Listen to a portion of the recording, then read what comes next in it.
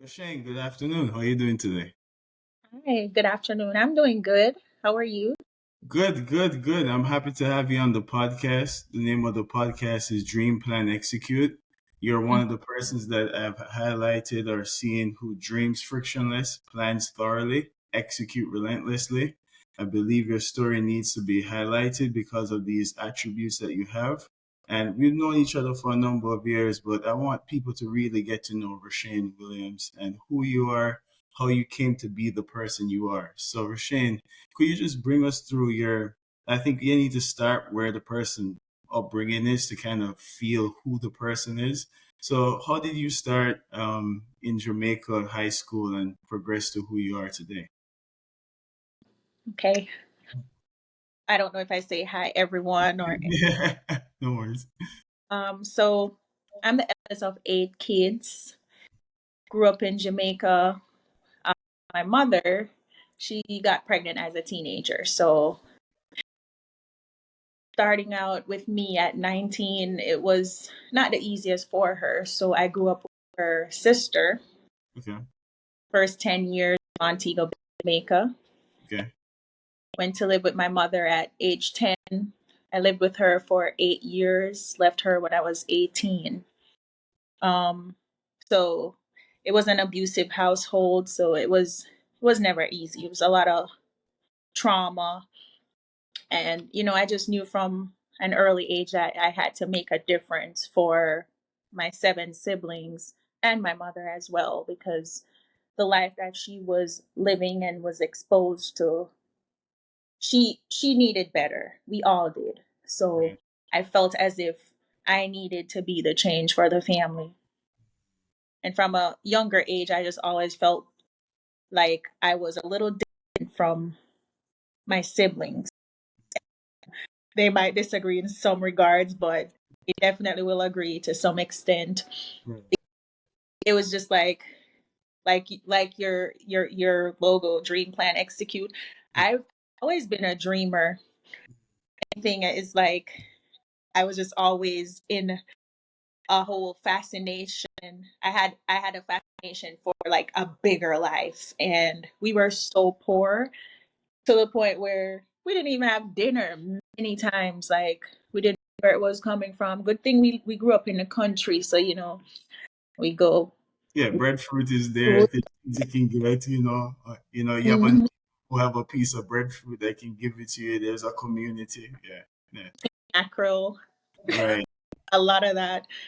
So yeah, and I always had these big dreams, and I would tell my mother, and she would always say, "You're gonna make it," and I'd be like, "You think so?" And she'd be like, "Yeah, definitely. You're gonna do great things." She may not even remember that she told me that, but Wow. I never forgot. So the opportunity came when I was 18. I went to Merle Grove High School, Right. all school and high school in Kingston. Um, that was very tough because even upon getting my pass grades to go to Merle Grove, it was never easy. It was like, where are the funds gonna come from? We lived in Above Rock, St. Catherine, Right. is up in the hills. I would have to get up at like 4:30 in the mornings. I was the main one that used to take my siblings to the nursery and all of that, while my mother worked in Kingston as a janitor. You know, so that was tough because that would have meant that I would not be available to take the kids to and from school. So my other siblings had to slide in, and she didn't have the funds to send me. And thankfully, you know, I went to a Catholic church, so we got a lot of help from Catholic nuns. And I'm forever grateful to my guardian, who is she's a nun. She Okay. came into our lives at an integral part where I needed her. To this day, she's still one of the loves of my life. Yeah, It's a beautiful story because I know you from after Grove going to Maths Unlimited, and the thing that really stood out about you was your drive and your determination to, get things done. And people would be walking around at Maths Unlimited like unbothered about stuff. You would be studying, you need to finish studying, then you're on your way home or you did taking care of things. And your strife, is part of the things that makes you such a strong person. No, right? Because it's those difficult times. They always say a calm sea doesn't make a skillful sailor, Yeah, right? And those strife that you had early, it showed at that point because your drive was so much more different than everyone else in that vicinity at that age group. But it explains why, because you had a lot more responsibility earlier, not just to yourself, but the selfless act of taking care of your family, right? definitely. And you definitely had a real passion for mathematics. What drove that passion for math? That kind of just it sprung on me in my later years of high school. So my same guardian I talk about, bless her heart, I was doing so poorly in the 10th grade, Right, and and I just felt like I shouldn't be performing this poorly. So I asked her about it, and she was like, "Okay, can you find like an after class that will help you to do better?" And that's when I discovered Maths Unlimited. A couple of girls, they were at there. So I told her about it, and she was like, "Okay, I'll pay for you to enroll and see if we can brush up on your math skills." And it was getting to a point where that teacher I had, he was so passionate, and I loved how passionate he was. And I was right, like, I wish I had that drive for math. right, And before you know it, like I was just so engaged in the class. I wanted to learn, I wanted to do better. And I was learning so much. So when I went back to school, I would find that topics that we were going over, I've already covered it. And I understood it a little better than the other girls. So mm, I was helping them with it. And that I guess that's where the spark came. And I was like, I'm tutoring math. Wow. So I ended up taking the exam in the 10th grade, right, and I had got a grade 3, which is like, I guess, a C here. right.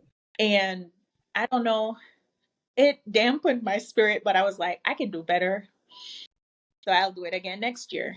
So I did it in the 11th grade. But by that time, I was performing much higher than I thought I would have been. And I started tutoring even on the side. Like, that was pretty impressive for me. So I thought about it and I was like, maybe my calling is to teach math. And so that's where that came about. Sadly, when I took the exam the second time, I panicked. Like I had a whole anxiety panic attack. Like took my shoes off, my toes were sweating. I was a mess. Right. Or it, I was in there feeling like I couldn't even remember how to calculate 2 plus 2. I was like, okay, I failed. Definitely failed. I ended up getting a 2, like Mm. a B. And I was shocked because I was like, I don't applied for college and everything, and I failed. And I got a 2, and I was like, okay, there's still hope. But then there was no funds for college. That's admitted.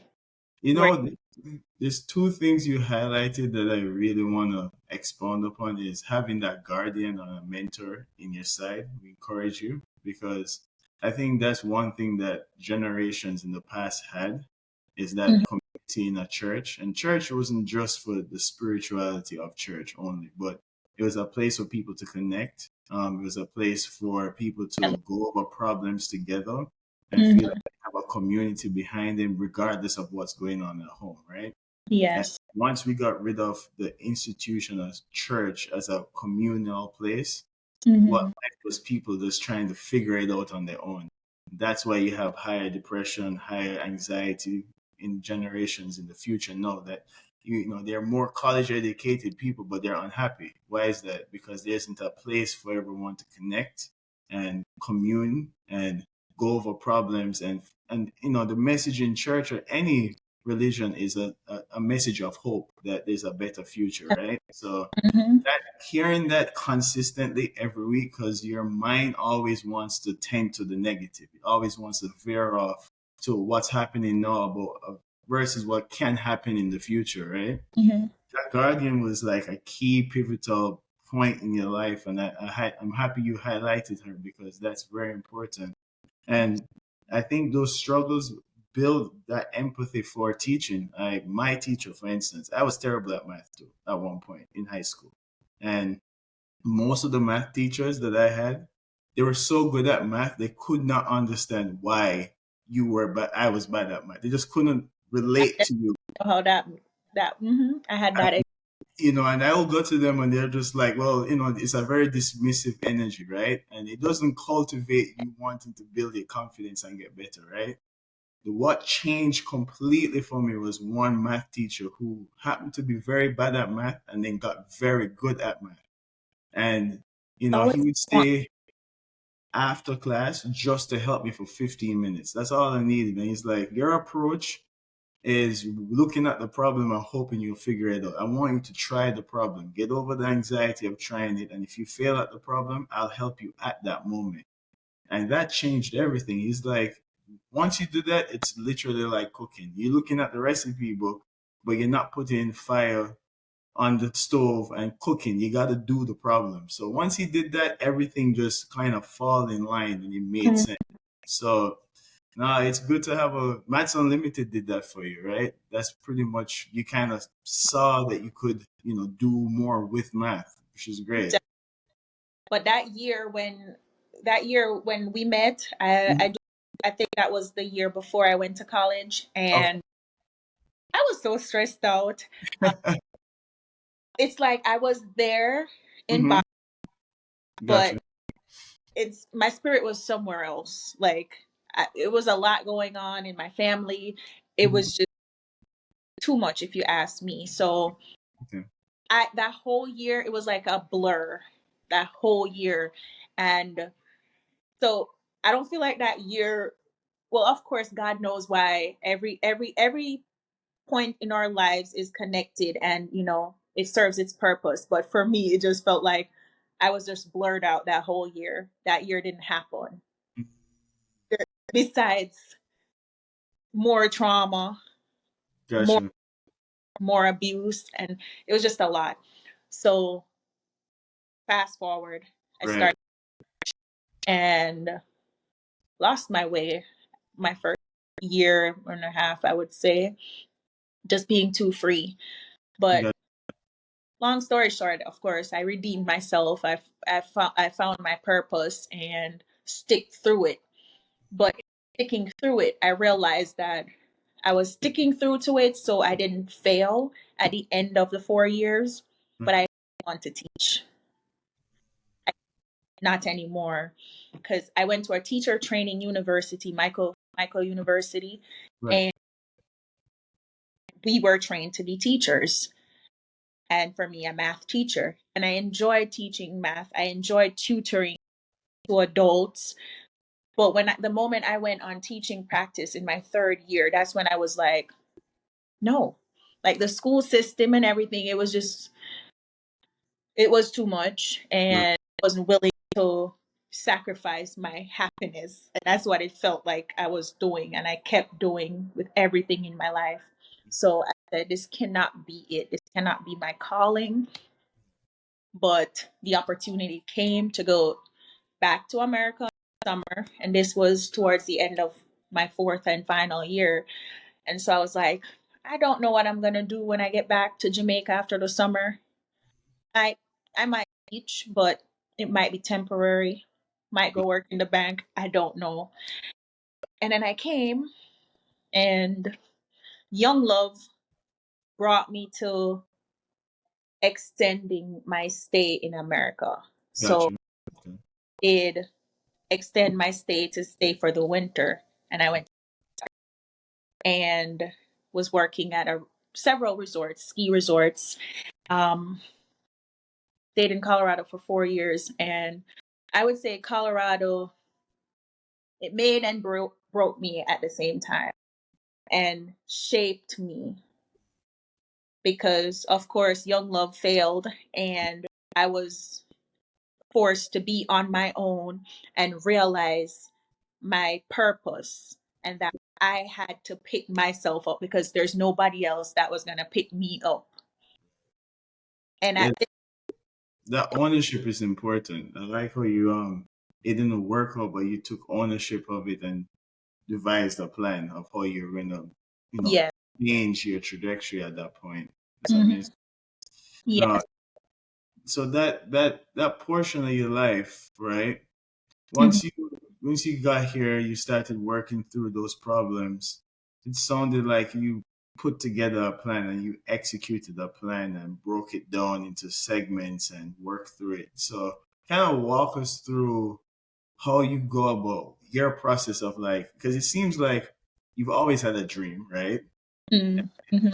Once and I think people get the reason why I call it dream plan execute is because you need all three to actually get what you want, right? There's a lot of people who dream but they don't plan, so it just goes awry.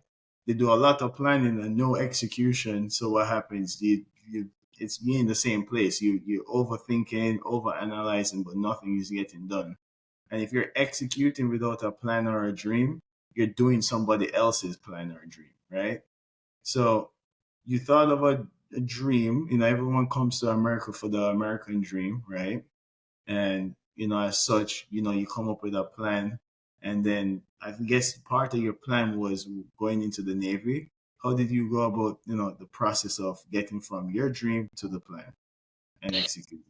Well, for me, I've like I shared earlier, I'm a Mhm. dreamer, Right. but I also a plan, and I feel like that's also it's to my downfall as well because a lot of people, even my fiance, he's always like, everybody can't plan out their life entirely like you, but it's like I'm planning out my life entirely. It's Mhm. just like I have to have plans set in place so Right. I know I'm going accordingly, and I'm not losing track of anything that I intended to do. And so I used to have a vision board. Now Okay. it's vision board is in my head, but I used to draw it out Okay. and say for every year, this is what I want to do. So at first it was like, okay, I was trying to get myself my residency here, and Mhm. then after that, I want to join the military. After that, I want to get a house. I want to file for my mother to come to America. I always had those points on what to do next, what to do next. But Nice.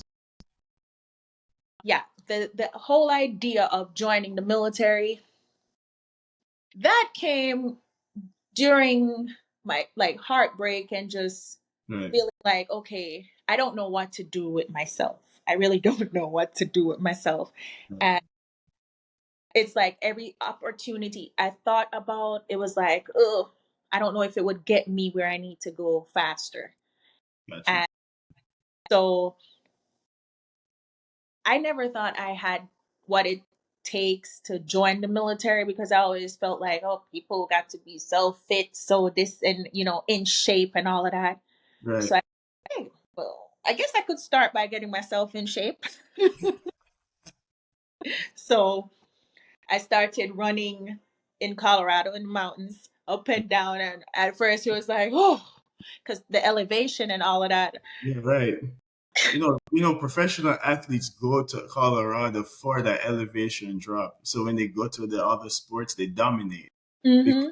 more oxygen in the Yes, elevation. So that's tough. That is tough. it was. So I worked at the front desk at the ski resort. So I had a gym that was accessible to me after hours, after I was done working. So I started working out there. And then when I wasn't working, I'd just run up and down along the river.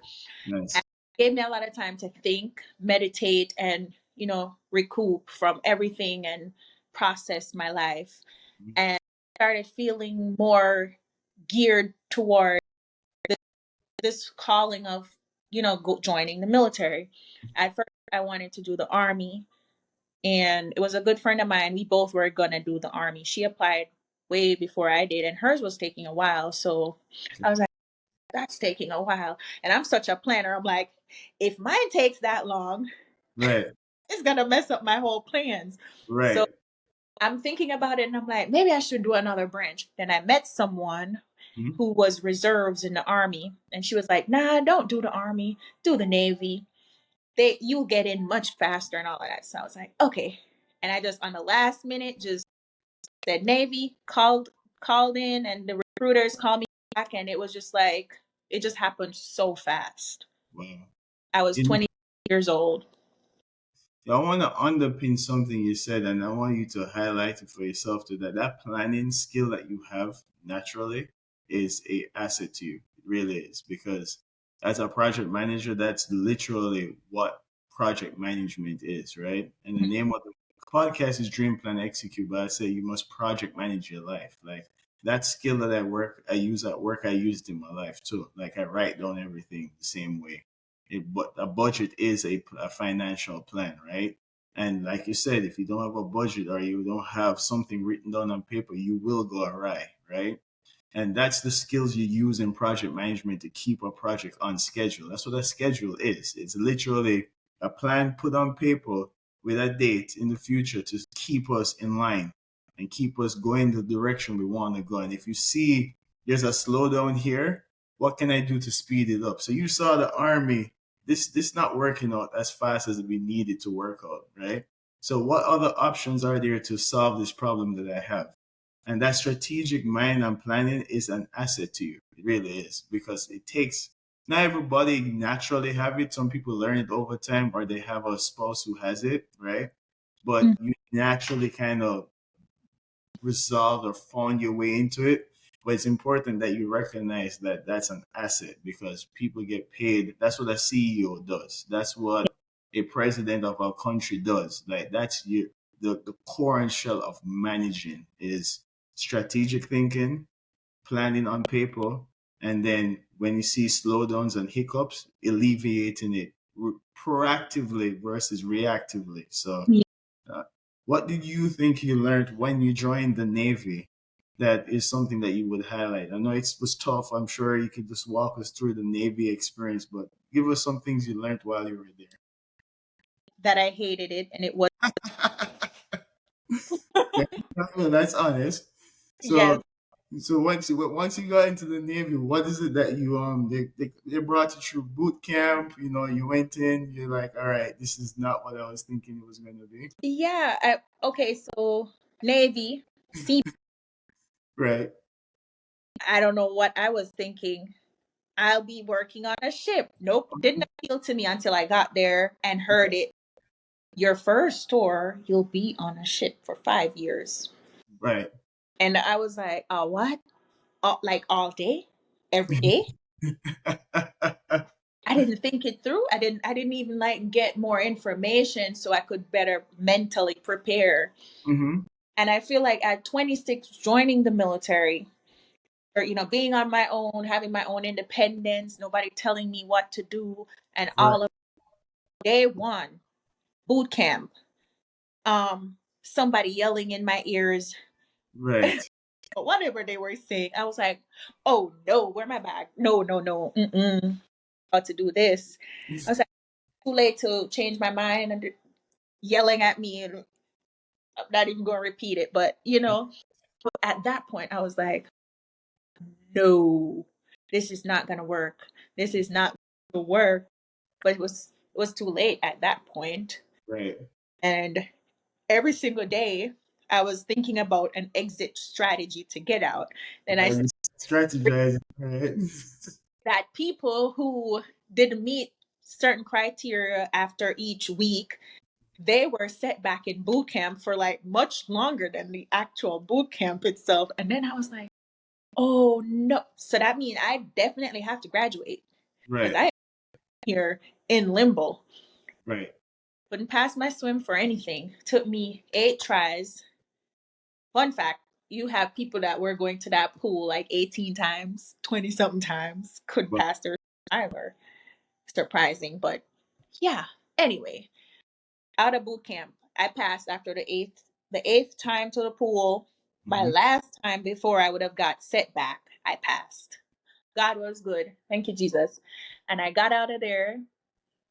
Um, went to A school, then vacate 2 weeks break, and next thing you know, I'm on a ship first day, and I see this little cubicle. The bed had to be this wide, my rack, and I was like, "Yeah, no, not happening. I'm not staying." All right. Well, And it so was like this wide, and I'm like, not staying here. But anyway, I cried. Got it out, and I got the people in my life to talk to me and remind me of why I did what I did, and that temporary, even though it's 5 years. I'm like, okay, I can do it. 5 years and out. Five Right. years. So I had my plans laid out. Right. Make rank. I went in June and I was supposed to take my exam in September. I'll never forget. 3 months later to make rank E4. And I was like, yep, I'm gonna make rank. And next thing you know, I took my exam. December, I got the news. Petty officer third class. And I was like, yay! I knew I could do it. Right. Like at the time, the people I worked with, of course, they didn't know me that long. And so they were just kind of like, she just got here, especially people who, were below in rank and they're much longer. So they're like looking at me like, wonder if it really works, you know?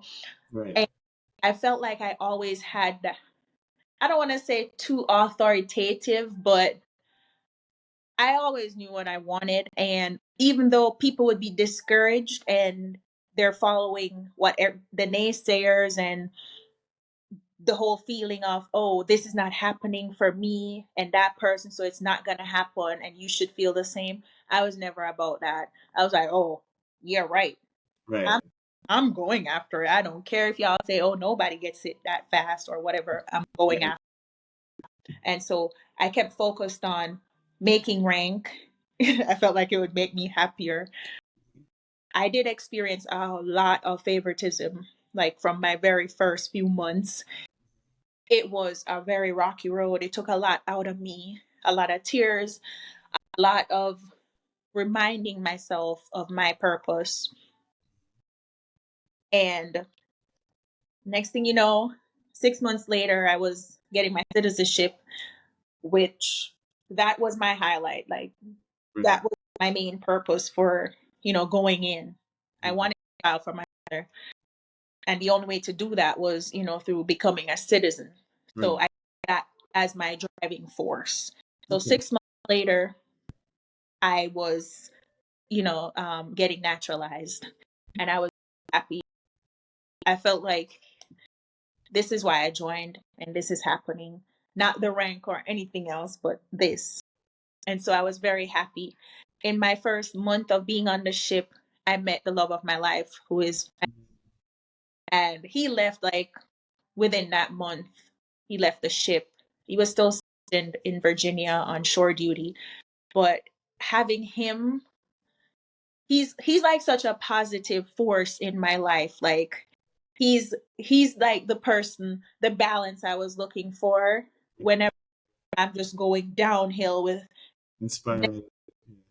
negative self-talks, and he's just there to uplift me and remind me that I am strong and I got this. Don't give in to the naysaying and the negativity. Just think about positive thought. And I needed that. Right.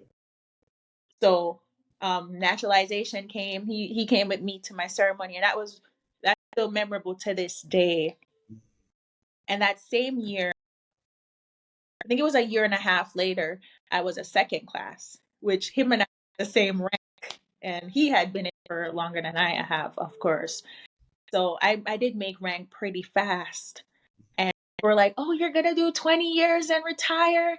And I'm like, no. And they're like, yes, you're going to. I promise you, you're going to.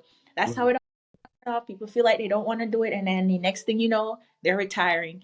And I'm Right. like, but the type of person I am, Mm-hmm. I'm a planner. This is not a part of my plan. You know what I like about that whole story? There's a number of things I want to highlight. One, Mhm. first, there's this concept in physics called vector. So vector is magnitude and direction. You can't have vector without having a magnitude, meaning like a speed or energy, and the direction it's going. So you can have the energy, but if it's not directed somewhere, it's not vector. And so that's what you have. You have vector because you know what you want and you're going after what you want, right? With intention. And then because you have it written down in your head or on paper, when in construction management, we call it scope creep. Like you're doing this, but people want to add on to what you're doing or derail it this way. No, we're doing this. This is what needs to be done, right? Mhm. So you already had the plan in place. So you already know what wasn't in line with your plan.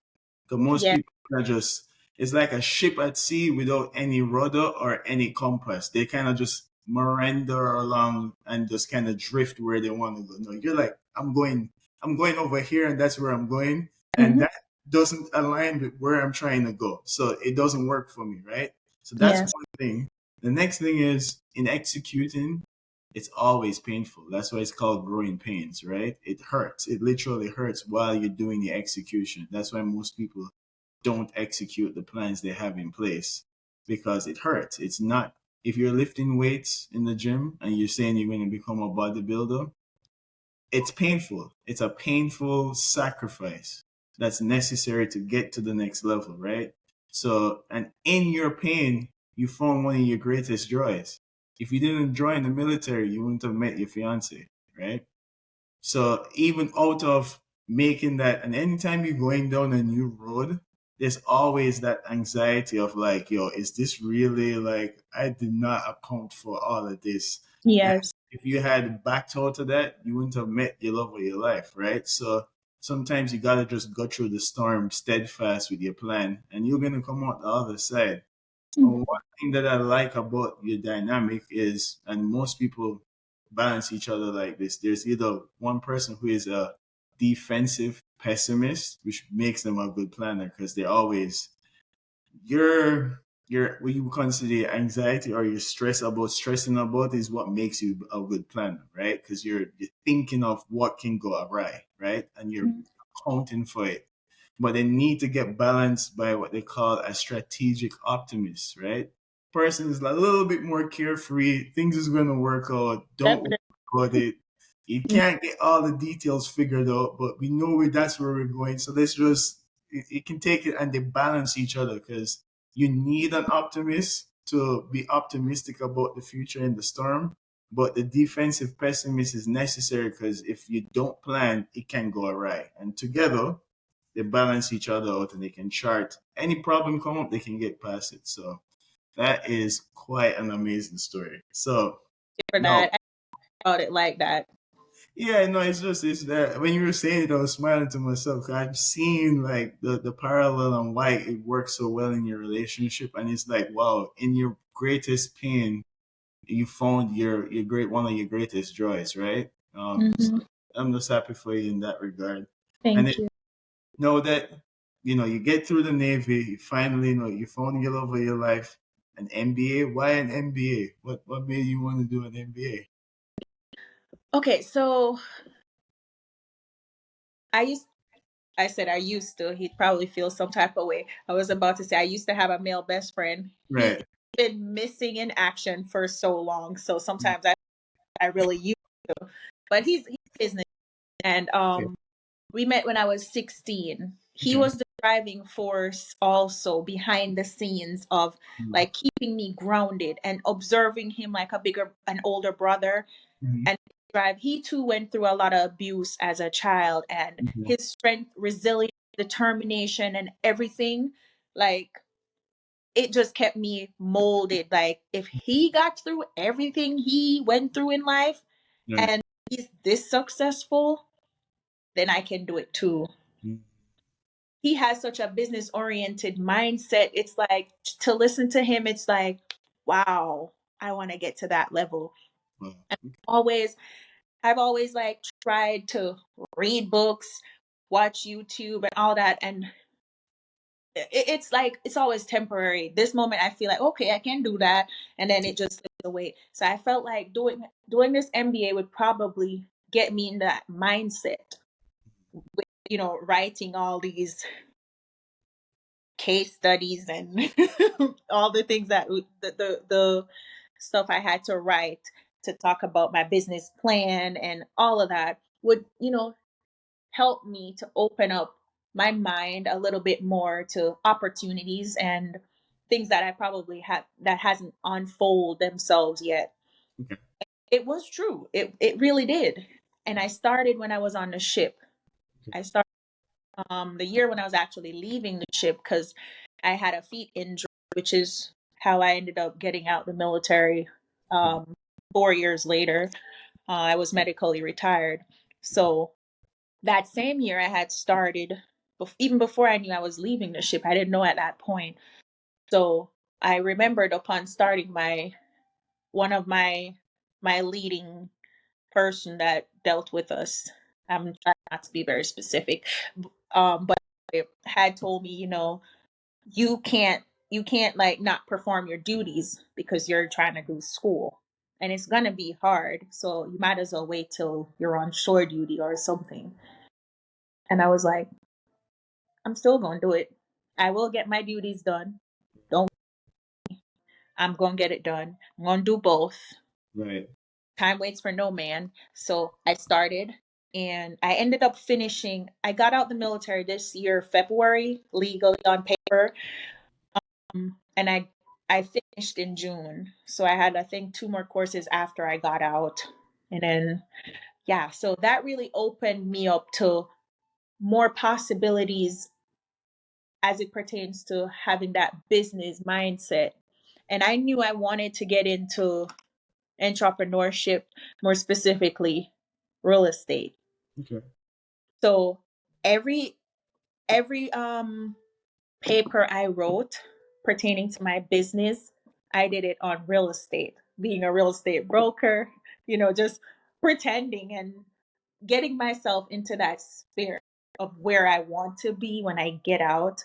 Okay. And it shaped me and helped me so much so that I feel like it has to be fate, because I remember I was in real estate school in August and I was just Googling agencies, firms I want to go to interview them. And I had asked one of my classmates who is already like, I guess he probably got his broker's license now, but I had asked him about some recommendations in the area since I'm new to Mississippi. And Right. he gave me a list. And afterwards, he told me which one he worked at. And I was like, okay. But I didn't know which one I wanted to go to. Mm-hmm. And in my class, doing my MBA, I always wrote about um, Rush Lux Realty, Mm-hmm. which is luxury realty. Mm-hmm. And I like my mission statement and everything that I had, the firm I chose, which I told my broker, like I prayed about the firm I was going to go to first off. I was like, God, just guide me wherever you want me to go because I don't know anything. So at this point, just lead me where you want me to go. Right. And I drove past that one. And then I ended up turning around and I went in. And the moment I walked in, it just felt right. And that place is called Prestige Luxury Realty. Very So, nice. like, and in learning about their mission and everything, it was so aligned to my made up, you know, Mission. brokerage that I had that I wrote about. And I'm like, wow, this is no coincidence. No, it's the power of writing. I mean, when we go to school and we're in English class and we're in school, they don't really, you're going through the activities, but they're not highlighting the philosophy behind it, what makes it such a powerful medium, right? So, like, writing clarifies your thoughts. So, if everything is scrambled in your head, the ability to sit down and focus and write Mm-hmm. your plan helps Yeah. you clean up your thought process, and it helps you to streamline ways to execute the problem, right? So Def- when we're in school and we're writing, we're just writing to get a grade, not knowing that no, you're writing to be a powerful person. You're writing for, it's giving you a tool, a sword to cut through your problems in life and mm, figure out the path forward. That's why you should write. And when you're in school, it's no, you're writing for a grade. Well, what happens when the grade is done? What do you do with this skill you've learned, right? And that's exactly. why business school is so good for two reasons. One, it forces you to sit down and write out your plan for your business. That's one. Two, you're going to meet business-minded persons who, your network is your net worth, right? people you know sometimes are the persons who are going to be the one like, hey, I see this thing that makes sense for you. You should apply, right? That's one thing. The next thing is, in general, just to me, there's a universal law of attraction, and I always say this on the podcast to people that if the universe is growing infinitely in all directions, where you stand is the center of the universe, right? And the same way the universal laws for asteroids and planets work, you can be a black hole or a sun, right? And if you're a sun, you're giving off light, and people are going to be attracted into your life to help you figure out your problems, right? You just have to own it and figure out how to be your light, right? What you need to do to become that person you want to become, right?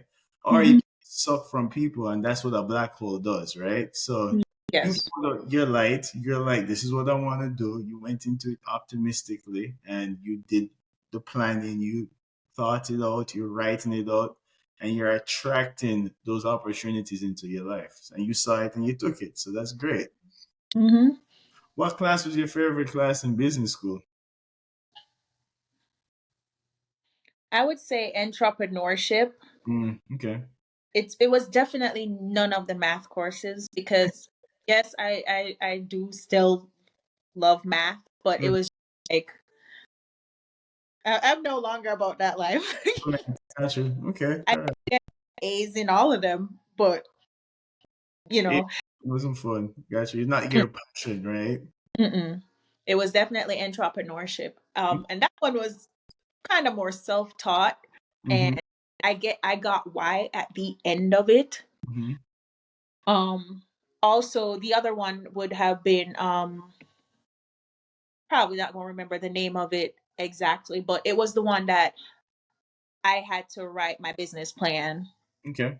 All right. Um, because at first it was a little nerve wracking, like, whew, I have never been like a business oriented person. So Right. we had our first preliminary class, and each one took us to get prepared for the next one. Okay. I was at the finishing line. I was like, oh, I need it to make sense. I need to sound like I have learned from all the other classes, you know? Right.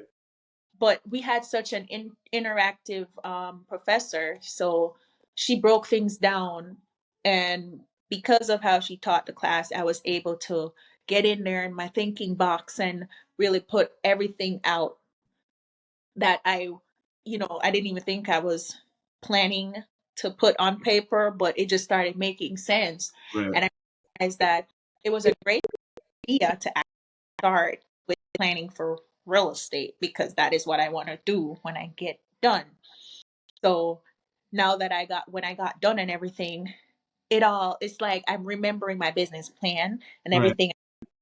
And now that I'm able to see where everything is coming into place and how things make sense, I'm executing some of it and learning how to execute other things that I'm learning that is going to help me to build this career and take it to the next level. Got you. Nice. Nice. Very nice. Okay, so why real estate? Why the passion for real estate? You could have gone work for, financial institutions selling stocks. You could do a lot with the MBA. Why real estate? I'm not good with working for people. Gotcha. That's good. And after joining the Navy, I just knew like getting out, I I want to do something, whereas Mm-hmm. I'm showcasing my true calling, my true passion, and everything more. And I've never felt settled in any job that I've done. And I've done so many different jobs since I've been in America. I was Right. cooking in the Navy. I do love to cook, but I would never want to cook for a living. Right. So that was just like, oh, yeah, this is going to be short lived. Okay. And I in the administrative side of, the paperwork and all of that, Hmm. but still wasn't my calling. But in, I think it was 2 years in, I bought my first house. Okay. And the realtor, she's Jamaican. Okay. My fiance introduced us because they used to work together on the ship Okay. back in the days, and she got into real estate. And it was something about her. aspiration, her drive, her enthusiasm. And then on top of it, she's Jamaican. So Mm-hmm. I just loved how she loved what she was doing. Mm-hmm. And she was getting ready to get out of the Navy, and she hated the Navy. Right. She was very thankful for how far it has taken her and the opportunities she got from it, Right. but she wasn't fond of it like myself. Gotcha. Okay. Through her is where I realized that that is what I want to do. But I wasn't even sure as yet. I wasn't sure as yet. I got the first house, and she called me one day and was just talking about, rentals. And I was like, that's a great idea. And I said, let me think about it. And it was almost a year later when I called her up and I'm like, I want to do that rental stuff. I want to get into it. I have no idea what it entails, but I remember being in Colorado, subleasing my apartment, Right. draft drafting up a lease agreement, having trying to sue me for what I don't even have. And I was like, I want to be a landlord. I know that for a fact. Right. So yeah, I want to get into this. And so she walked me into, down the road of what to do with that. And then we started shopping for a rental property and all of that. And then I got one.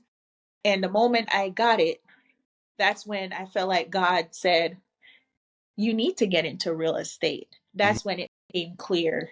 Okay. Wow, this is what I want to do. And I was screening potential tenants and everything, and in doing it, just seeing how much I can help someone and how much joy I was bringing to the family that I chose Mm. to rent to. I felt bad that I had to turn down some of the others, Right. because I only had one rental. Right.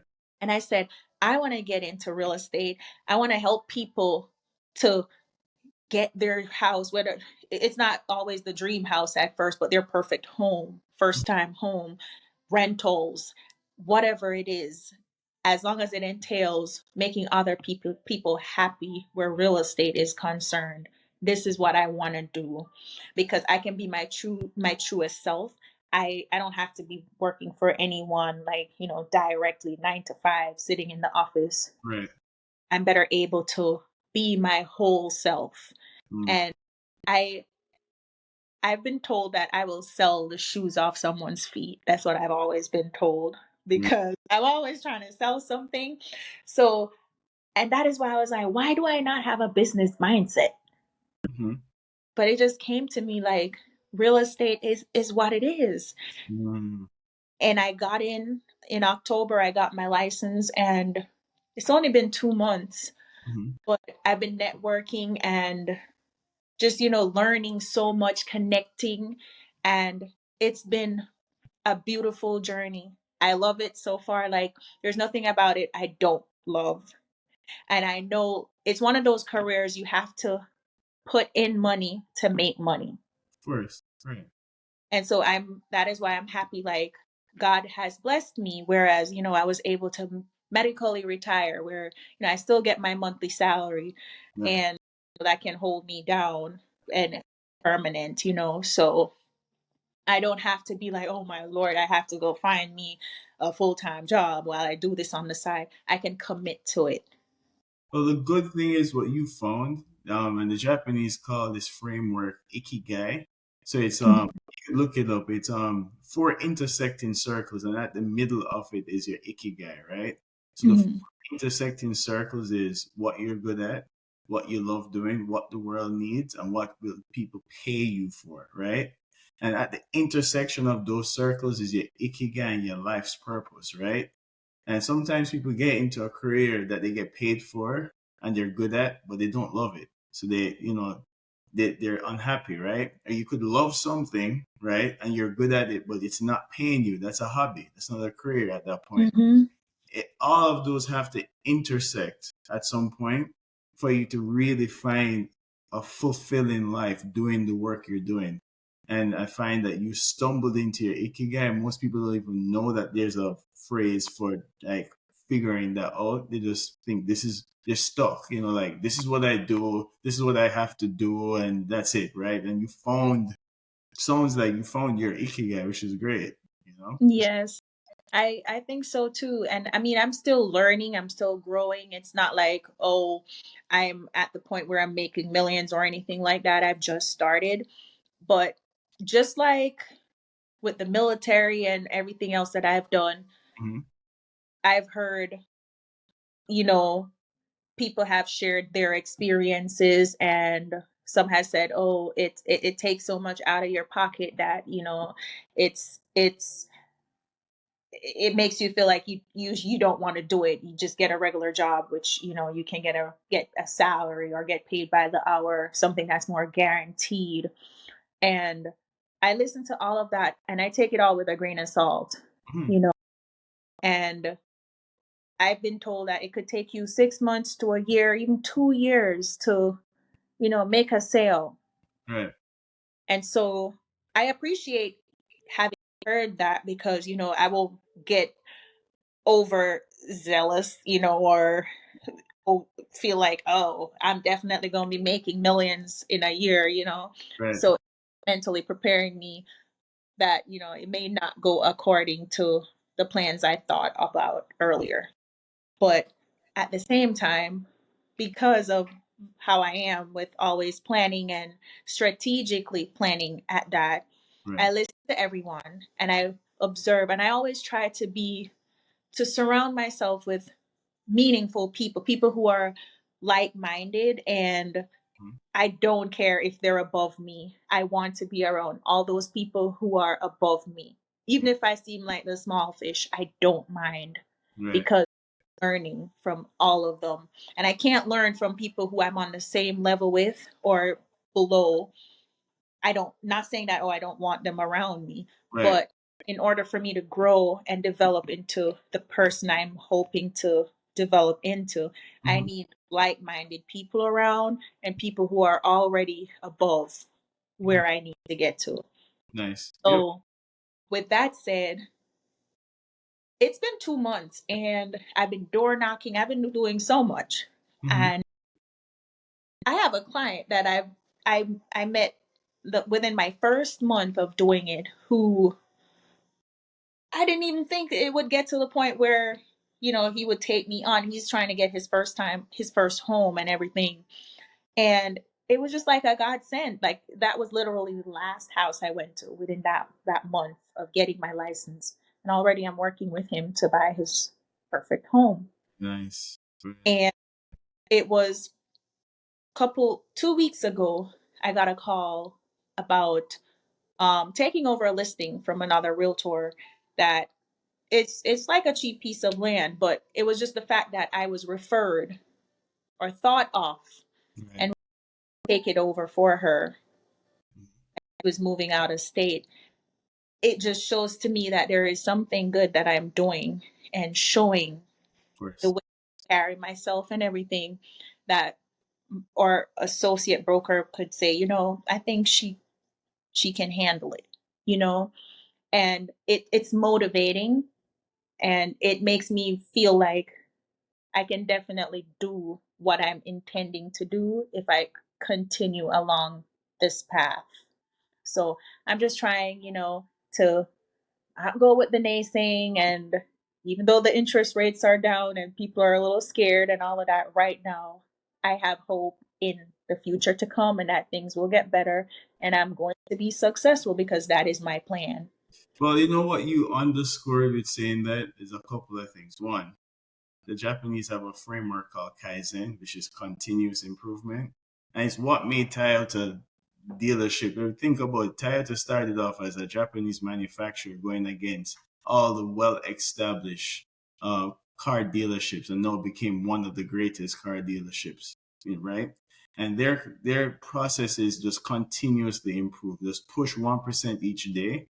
And if you do that, if you go 1.01 raised to 365, that Mhm. gives that equals 37 point change, right? Which means if you grow 1% each day continuously, you have a 37x, right? Where you started. That's math. And if that worked for math, it works for finance, it works for fitness, it works for anything else you're doing, right? And this Mhm. is likely your first podcast since you became a realtor. There's going to be many more. because I saw what you were doing. I said, hey, this is somebody who, I scrolled through my Instagram, my Facebook. This is someone who's executing. They're not just Thank talking you. about it, being about it. They're showing. It's hard to go into a new industry and become a novice, and people don't like the feeling of learning, the process of being new at something and not great at it, and then learning and becoming better at it. But Mm-hmm. yeah, that consistent drive that you have, that fire, not to mention the ability to actively listen, which you do actively, and then continuously improve, it's just going to pay you dividends. And having the ability to sell is one of the biggest part of being an entrepreneur. Most CEOs of a company come from a sales background. That's the first thing, right? um, Sales is one of the careers that will pay you endlessly. There's no cap on sales, right? You can do anything else, they'll cap you at a salary. Sales, it's you kill what you eat. If you're good at killing, you're gonna eat. If you're not great at killing, you're not going to eat, right? And Mm-hmm. it's not for everybody, but for the people who it is for, and Exactly. they're good at it, you can start your own brokerage firm. You can teach other realtors. You can change life not only on the rental side, but somebody who has your drive in the future, a young lady, a young man who wants Exactly. to start Mm-hmm. life over and revamp themselves, reinvigorate their life, and you as that person who's running that brokerage can do that for them, right? So Mm-hmm. no, it's a very, very good story, and I'm happy that you're on your journey of entrepreneurship. Happy you Thank know that's what you want. Most people know that's what they want, but they will never take the jump or the leap of faith to do it. you. Mm-hmm. So that's great. Yes. Actually, because know that you know business, Navy, you know, different areas, live different areas. And I'm sure your husband or your fiance at the moment is living in Spain, but you're here in the US and you're working through all of these different moving pieces. How do you deal with like low energy moments? Like everyone goes through this moment where you're in a rut. And I find people get stuck in their rut and they never get out of it. But you found a way to continuously and consistently get yourself out the rut and get back on your path. So, what's your framework or process of doing that? Okay. Well, before I answer that, he's not living. He's on the. Oh, So got you. we Okay. both are living in Mississippi now. Yeah. But yes, I would say him. Okay.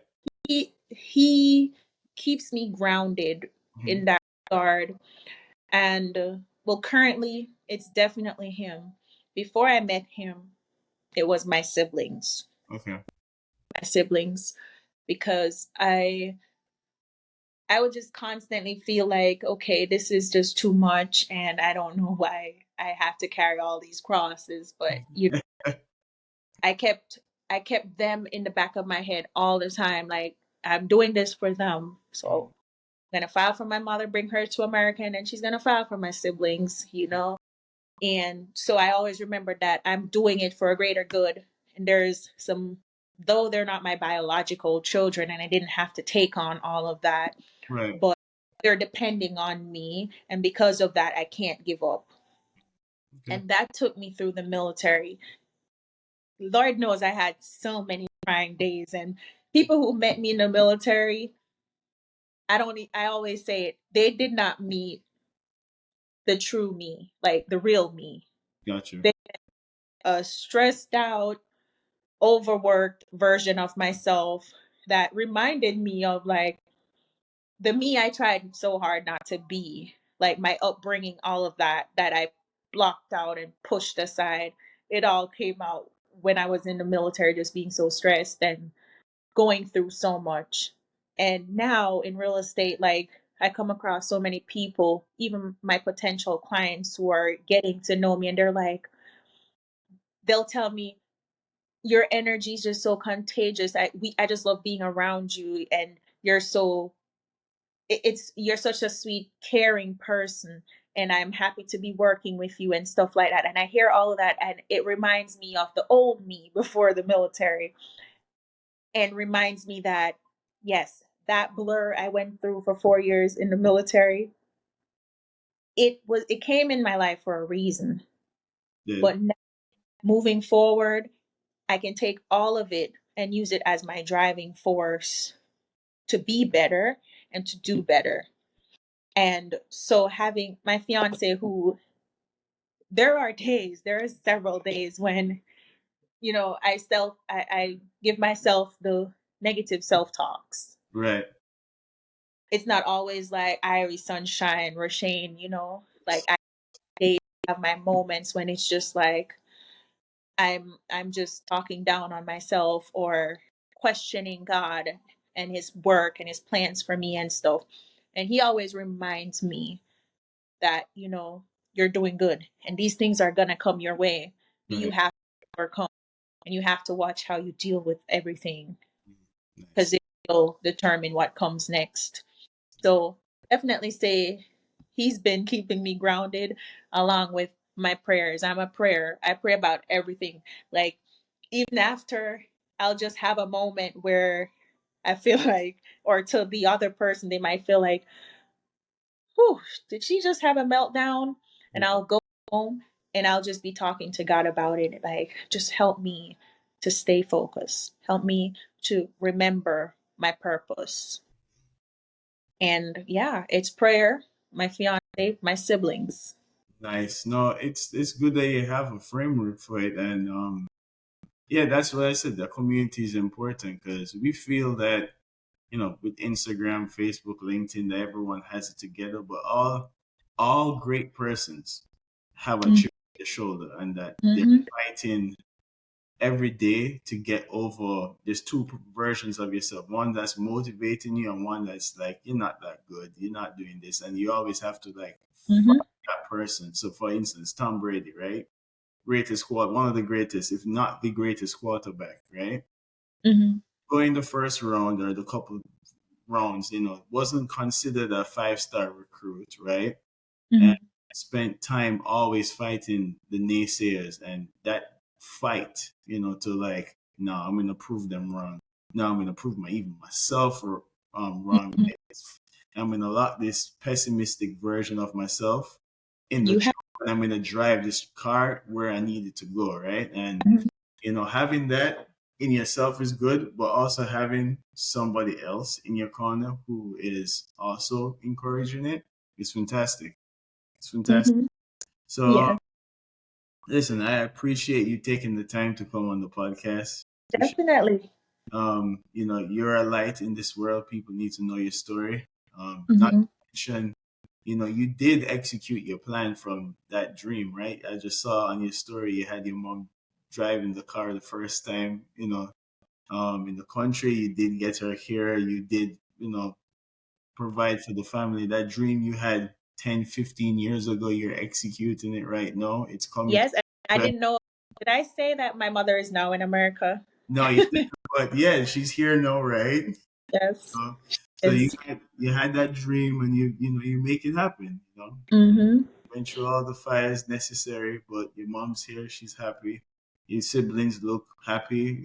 They have an older sister that they know they have as a resource, not just financially, but like spiritually, mentally, to kind of guide them through things that you've went through, right? And the story transcends just yourself. It's for people to hear and who are going through the same problem you're going through to know that, all right, if Rushaine can do it, I can do it. I just have to Mm-hmm.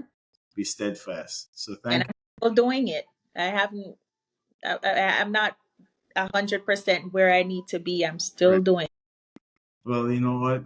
Thank you for your time. Thank you for making the time to share your story. I appreciate you taking that time. Thank you. Thank you. Thank you for having me and for thinking about me to do this podcast. No, not a problem. Thanks. Keep safe. You too. Bye.